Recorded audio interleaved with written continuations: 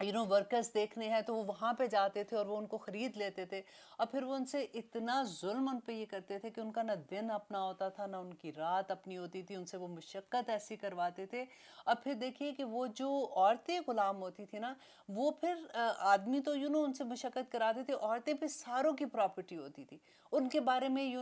اتنا ان پہ ظلم ہوتا تھا جس کی حد نہیں، ان کی کوئی سے نہیں ہوتی تھی۔ تو یہ اب کویسچن یہ ہوتا ہے کہ یہ کون لوگ تھے، یہ غلام کہاں سے آتے تھے، کیسے کیوں بکتے تھے، انسان تھے آخر؟ آپ کو یاد ہے کہ اپنے حضرت یوسف علیہ السلام کا ہم نے قصہ پڑھا تھا، تو اس میں کیا تھا کہ ان کے بھائیوں نے جب ان کو کنویں میں پھینک دیا تھا،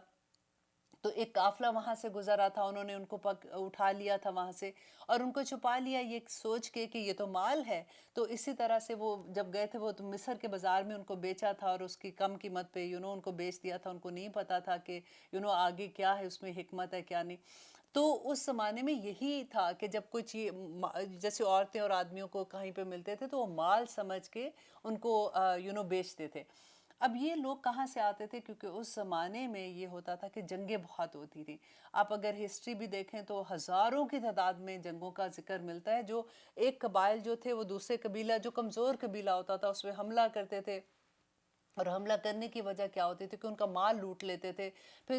جب وہ اگر جیت جاتے تھے اس جنگ میں، تو جو عورتیں ہوتی تھی، آدمی ہوتے تھے، بچے ہوتے تھے، جو ان کے ہاتھ لگتا تھا ان کو وہ پکڑ کے لے آتے تھے، اور پھر ان کو وہ بیچ کے تو اسے وہ پیسے بناتے تھے، اور یا پھر ان کو وہ ایز اے غلام استعمال کرتے تھے۔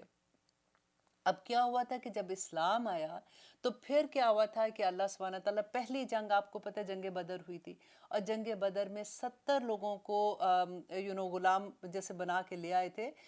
جنگ کے اندر۔ تو اس وقت پہلی دفعہ یہ ہوا تھا، کیونکہ 13 سال جب مکہ میں تھے مسلمان، اس وقت تک تو کوئی جنگ ہی نہیں کی تھی، اور مسلمان تو اتنے پس رہے تھے، ہر طرف سے مار ان کو پڑ رہی تھی۔ اب یہاں پہ کیا ہوا کہ پہلی دفعہ جب ان کے پاس غلام آئے ہیں جو جنگ میں سے لے کے آئے تھے، تو پھر یہ پہلی دفعہ اللہ سبحانہ تعالیٰ کی طرف سے حکم آیا تھا، اور حکم بھی دیکھیے کہ کس طرح سے آیا کہ اب ان غلاموں کا کیا کریں، کیونکہ پہلے زمانے میں تو غلاموں سے اس طرح سے کام کراتے تھے، اور کسی کی ملکیت نہیں ہوتے تھے، جو بھی جس کے ہاتھ آتا تھا وہ اس کو لے لیتا تھا، اور ان کے ساتھ پہ جو ظلم ہوتا تھا وہ سارا کچھ تھا، اور عورتوں کے ساتھ تو بے انتہائی ظلم ہوا کرتا تھا۔ اب یہاں پہ یہ تھا کہ جو پکڑے جا رہے ہیں نا غلام، ان کے لیے یہ تھا کہ نمبر 1 کہ اگر وہ فدیہ دے کے کوئی دیتا ہے تو اس کو چھڑوا سکتے ہیں فدیہ دے کے۔ نمبر 2 یہ تھا کہ اگر وہ ایک غلام ہے اور اگر فار ایگزامپل جنگ میں آیا ہے تو اس سے پہلے، ابھی تو یہ پہلی جنگ تھی نا، لیکن اس کے بعد بھی جنگیں ہوتی رہیں، تو اس میں یہ تھا کہ اگر ان کے پاس کوئی مسلمانوں کے انہوں نے غلام بنائے ہوئے لوگوں کو، تو وہ ان پہ ٹریڈنگ ہوتی کہ ہمارے اتنے غلام تم واپس کر دو، ہم تمہارے کر دیتے ہیں۔ یا پھر یہ کہ مسلمانوں کی سرزمین پہ کبھی انہوں نے حملہ کیا تو کوئی زمین کا ٹکڑا انہوں نے قبضہ کر لیا، تو پھر یہ تھا کہ اچھا اس زمین کے ٹکڑے کے خاطر ہم تمہارے اتنے غلام واپس کر دیتے ہیں۔ تو اس طرح سے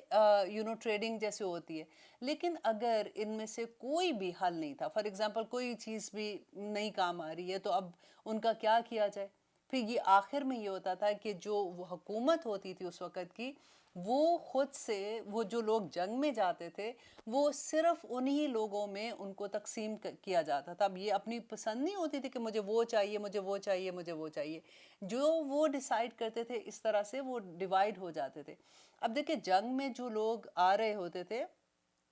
پکڑ کے جن کو لاتے تھے، اور یہ کون لوگ ہوتے تھے جو میدان جنگ میں، ایسا نہیں تھا کہ اگر آپ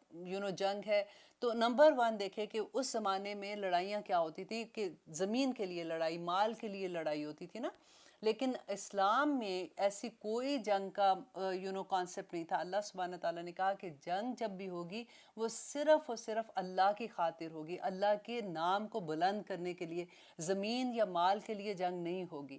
تو نمبر 1 یہ کہ اب وہ جنگ کا اس طرح والی تو چیز نہیں تھی کہ مال کی خاطر کوئی جنگ کی جائے۔ اب جب بھی ایسا ہوتا تھا کہ دشمن آ رہا ہے، پتہ چل رہا ہے کہ کوئی مسلمانوں کو ختم کرنے آ رہا ہے، یا جس طرح کی بھی ریزن ہوتی تھی، اور یہاں سے مسلمان جاتے تھے، اور جب وہ جیت کے آ رہے ہیں تو اب کیا ہوتا تھا کہ وہ جو اگر ان سارے سینیریوز میں سے جو میں نے آپ کو بتایا کوئی کام نہیں کرا، آپ کو پتہ ہے جنگ بدر میں کتنے جن لوگوں کو تو فدیہ دے کے چھڑا لیا تھا وہ تو چلے گئے تھے، جو باقی رہ گئے تھے ان کے ساتھ کیا ہوا تھا کہ نبی صلی اللہ علیہ وسلم نے کہا تھا، کیونکہ وہ پڑھے لکھے لوگ تھے، تو نبی صلی اللہ علیہ وسلم نے کہا تھا کہ 10 مسلمانوں کو تم تعلیم دو اور ان کو پڑھاؤ، اور یہی تمہارا فدیہ ہوگا۔ اور دیکھیں اس وقت کتنا مدینہ کتنا تھا، آج جتنی مسجد نبوی ہے پورا مدینہ اتنا ہوتا تھا. تو اس وقت لوگوں نے 10 لوگوں کو پڑھایا. لوگ سمجھتے ہیں کہ اس وقت لوگوں کو اتنا پتہ نہیں تھا اور وہ پڑھے لکھے نہیں تھے، جانتے نہیں تھے. دیکھیے کہ اتنی جلدی جب مدینہ میں آیا پہلی جنگ کے بعد ہی آلموسٹ سارے لوگوں کو پڑھانا شروع کر دیا تھا اور سارے لوگ پڑھے لکھے ہو گئے تھے الحمدللہ.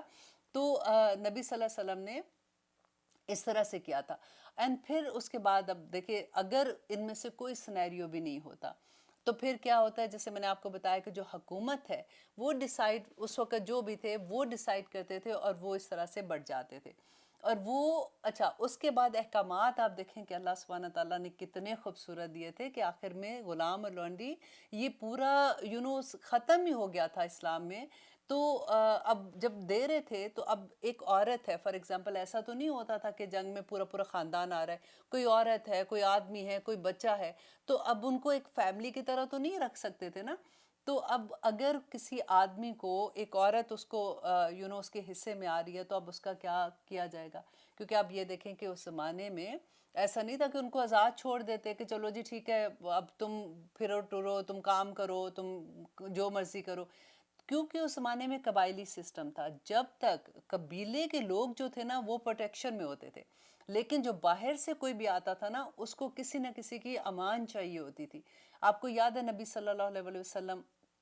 کو جب کافر تنگ کرتے تھے، مشرکین مکہ تنگ کرتے تھے، تو وہ ان کو کیوں نہیں کچھ کہہ سکتے تھے زیادہ؟ کیونکہ وہ جو بھی تنگ کرتے تھے لیکن وہ ان کو جان سے نہیں مار سک رہے تھے. کیونکہ ایک تو الحمدللہ اللہ سبحانہ تعالیٰ نے ان کو حفاظت میں رکھا تھا، لیکن ان کی پروٹیکشن کس کی تھی؟ ان کے چچا کی تھی، ابو طالب کی تھی. اور ابو طالب وہ سردار اس زمانے میں اپنے قبیلہ کے، تو اس لیے کسی کو ہمت نہیں پڑتی تھی ان پہ ہاتھ ڈالنے کی. لیکن جب وہ طائف میں گئے تھے اور طائف میں جا کے انہوں نے پیغام دیا، لوگوں نے ایکسیپٹ نہیں کیا. آپ نے وہ پوری سٹوری سنی ہے، میں نے پہلے بھی آپ کو یہ سنائی ہوئی ہے. تو کس طرح سے وہ واپس آتے ہیں، لیکن وہ مدینہ میں انٹر نہیں ہو سک رہے تھے کیونکہ اس وقت تک ابو طالب بھی فوت ہو چکے تھے اور حضرت خدیجہ بھی فوت ہو چکی تھی. اور اب مکہ میں آنے کے لیے ان کو کسی نہ کسی کی امان چاہیے تھی کہ کوئی ان کو حفاظت میں لیتا تو وہ پھر داخل ہوتے. تو ان کو وہ پھر ایک پوری سٹوری اس کے پیچھے کہ کس طرح سے پھر ایک صحابی تھے جو مانے تھے اور کس طرح سے وہ پھر اس کی امان لے کے پھر وہ مکہ میں داخل ہوئے تھے. اب یہاں پہ اسی طرح سے کہ وہ جو لوگ جنگوں میں پکڑ کے آ رہے ہیں ان کو تو کوئی اپنی ایمان میں نہیں رکھ رہا نا. تو ایک اور چیز یہ آپ دیکھیں کہ جو اسلام سے پہلے جو بھی وہاں پہ گانے بجانا یا پھر غلط کام جو عورتیں کر رہی تھی ان کو باقاعدہ اللہ سبحانہ تعالیٰ نے پھر آگے منع کیا کہ کوئی آدمی جو اپنی لونڈی سے ایسا کام نہیں کرائے گا. تو یہ سارے کام جو ایسے والے ہوتے تھے نا یہ لونڈیاں کیا کرتی تھیں، کیونکہ اس زمانے میں تو خریدتے تھے، خرید کے پھر آگے کاروبار کی طرح بھی استعمال کرتے تھے. تو اللہ سبحانہ تعالیٰ نے ان کی پروٹیکشن کے لیے کہا کیونکہ آزاد اور مومن گھر کی عورت تصور بھی نہیں کر سکتے تھے کہ وہ اس طرح کے کام کریں. یہ ایسے کام جو ہوتے تھے جو گانے بجانے ایسے غلط کام کرنا، یہ سارے کے سارے جو تھے یہ وہ عورتیں کرتی تھی جو غلام ہوتی تھی، لونڈیاں ہوتی تھی. اب اللہ سبحانہ تعالیٰ کی طرف سے یہ حکم آ گیا. اب ایک آدمی اپنے گھر لے کے آ رہا ہے تو ڈیفینیٹلی اب شادی شدہ بیوی اگر گھر میں ہے تو اس کو وہ تو درجہ نہیں دے سکتا. تو شادی شدہ کے لیے یہ جو محسنات کا لفظ آیا نا، دیکھیں اس کے پیچھے پورا پھر اس کے مالک سے جو اس کا جو بھی اس کا باپ ہے، بھائی ہے، جو بھی اس کا ولی ہوتا ہے اسے اجازت لیتے ہیں.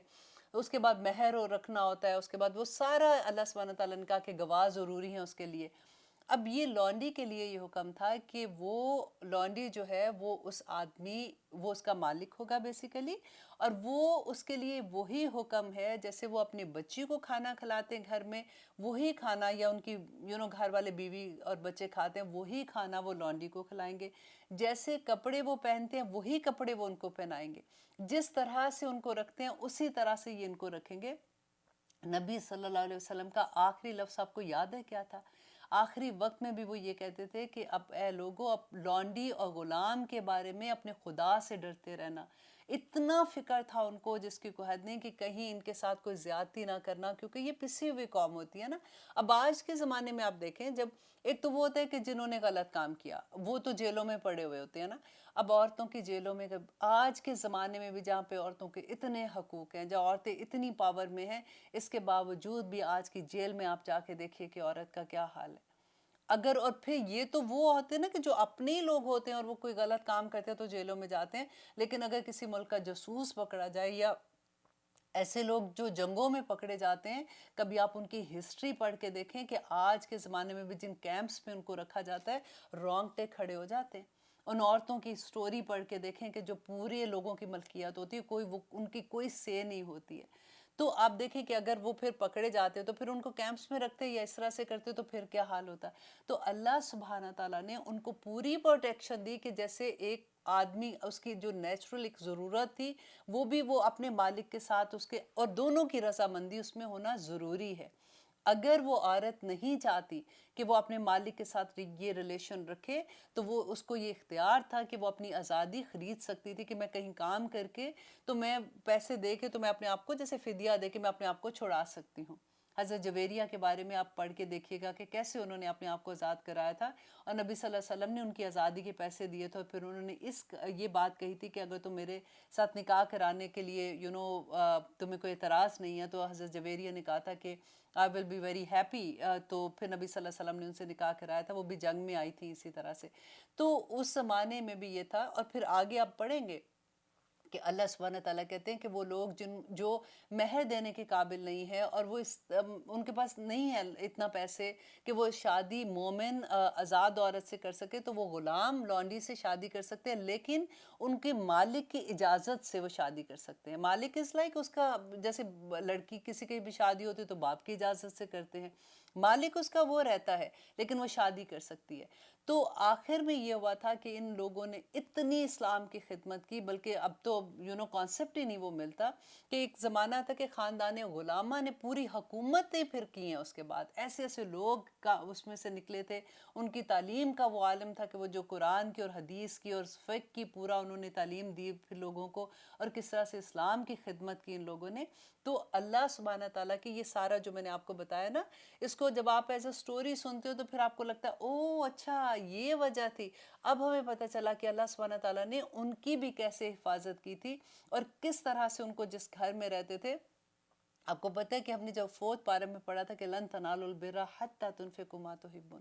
تم نیکی کما ہی نہیں سکتے ہو جب تک تم وہ چیز دوسروں کو نہ دو جو تمہیں پسند ہے۔ تو یہاں تو غلام اور لانڈی کی بات کر رہے تھے جو گھر میں تھی، تو اس کے لیے بھی یہی حکم تھا کہ ان کو کھانا وہی دو جو ان کو پسند ہے، ان کو پہننے کے لیے وہ دو جو تم اپنے لوگوں کو پہناتے ہو۔ تو اگر وہ ایسے نہیں کرتے، حضرت ابو بکر ہر جمعے کو ایک غلام آزاد کراتے تھے، اگر ان کے پاس غلام نہیں ہوتا تھا وہ پہلے خریدتے تھے اور پھر وہ آزاد کراتے تھے۔ اور کس طرح سے پھر ان کو اللہ سبحانہ تعالیٰ نے کہا کہ ایک غلام آزاد کرانے سے تمہارے جتنے اس کے روئیں ہوتے ہیں نا جسم کے، وہ ایک ایک روئیں کے بدلے میں تم جنت میں تم دوزخ کی آگ اس بندے کو نہیں چھو سکتی ہے جو ایک غلام آزاد کرا دیتا۔ اللہ اکبر، اتنے اجر تھے اس کے کہ اس کی خاطر لوگ غلاموں کو آزاد کرواتے تھے، غلاموں کو آزاد کرواتے تھے۔ حضرت ابو بکر کی کبھی ہسٹری دیکھیں کہ کس طرح سے حضرت بلال علیہ السلام کو کس نے آزاد کرایا تھا، بلال رضی اللہ عنہ کو کس نے آزاد کرایا تھا۔ اسی طرح سے الحمدللہ آج آپ کو کافی اس کی ہسٹری پتہ چل گیا۔ اب آگے دیکھتے ہیں کہ اللہ سبحانہ تعالیٰ کیا فرماتے ہیں۔ لیتے ہیں ایک چھوٹی سی بریک انشاءاللہ۔